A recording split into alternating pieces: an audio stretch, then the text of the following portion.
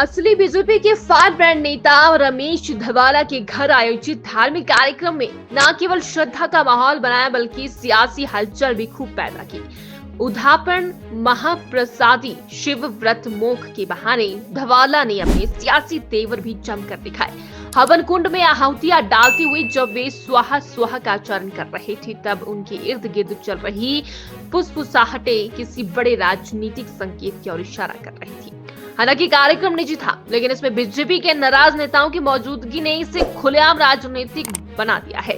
बैजनाथ के पूर्व विधायक तुलेराम, पालमपुर से प्रवीण शर्मा, कांगड़ा से संजय चौधरी, हमीरपुर से नरेंद्र ठाकुर और जिला परिषद कांगड़ा के चेयरमैन रमेश बराड़ जैसे दिग्गज नेताओं की शिरकत ने साफ कर दिया कि ये सिर्फ धार्मिक आयोजन नहीं, एक तरह की शक्ति प्रदर्शन है। और ये जो कुछ लोग जो हैं वो उनसे लोग जो हैं वो घृणा कर रहे हैं।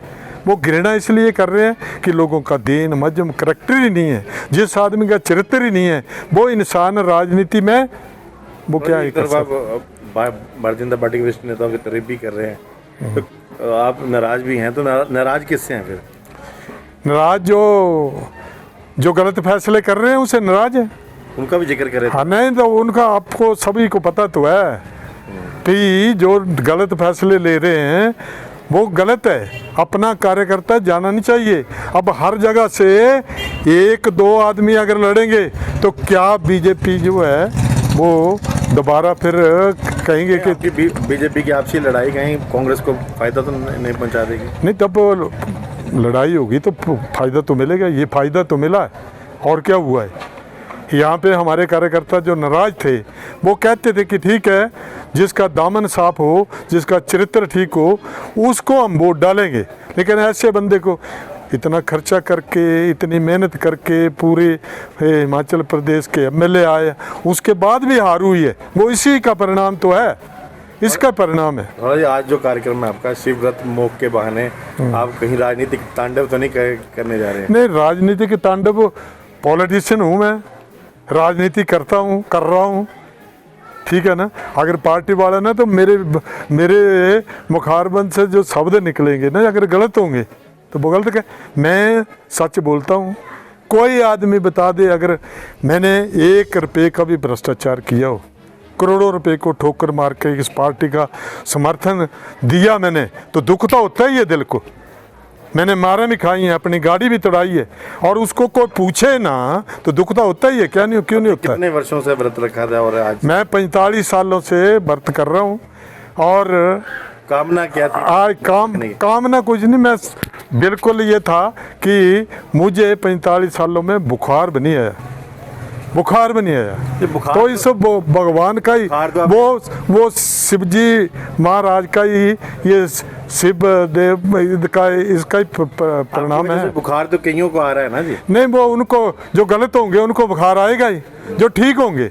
मैं तो और प्रचंड होऊंगा अब तो, और जो मेरे पास मटेरियल है उसको भी मैं, ठीक है, आज दिन तक तो मैंने अपने इस मुखारबंद से कोई बात जो है नहीं निकाली। लेकिन इनका ऐसा एटीट्यूड है, ना फ़ोन करना, ना बुलाना, ना किसी की बात को सुनना। ये कौन सा लोकतंत्र है जी?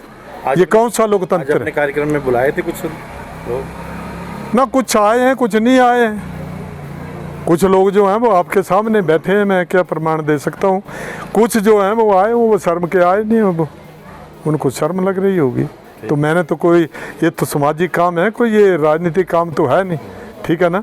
राजनीति करूँगा तब भी देख लेना आपने, ठीक है ना। ये आज भी ईमानदारी की वैल्यू है। ये जो लोग आए हैं ना, ये मुझे देख कर नहीं आए, ये मेरी ईमानदारी को देख करके आए। अभी वो बोलते हैं लखलान तो कमजोर है ना। नहीं, वो तो मैंने कहा है, वो जो नहीं आए हैं ना वो उनको कह रहा हूँ, ठीक है ना। वो तो उनको कहता हूँ मैं, दुनिया मंदी जोरा नू लखला न तय कमजोरा नू। जो कमजोर है ना उनको कोई नहीं पूछेगा, ठीक है। अपनी शक्ति का प्रमाण जो है वो समाज में होना चाहिए, देना चाहिए। तो इतना कहते हुए मैं आपका धन्यवाद करता हूँ।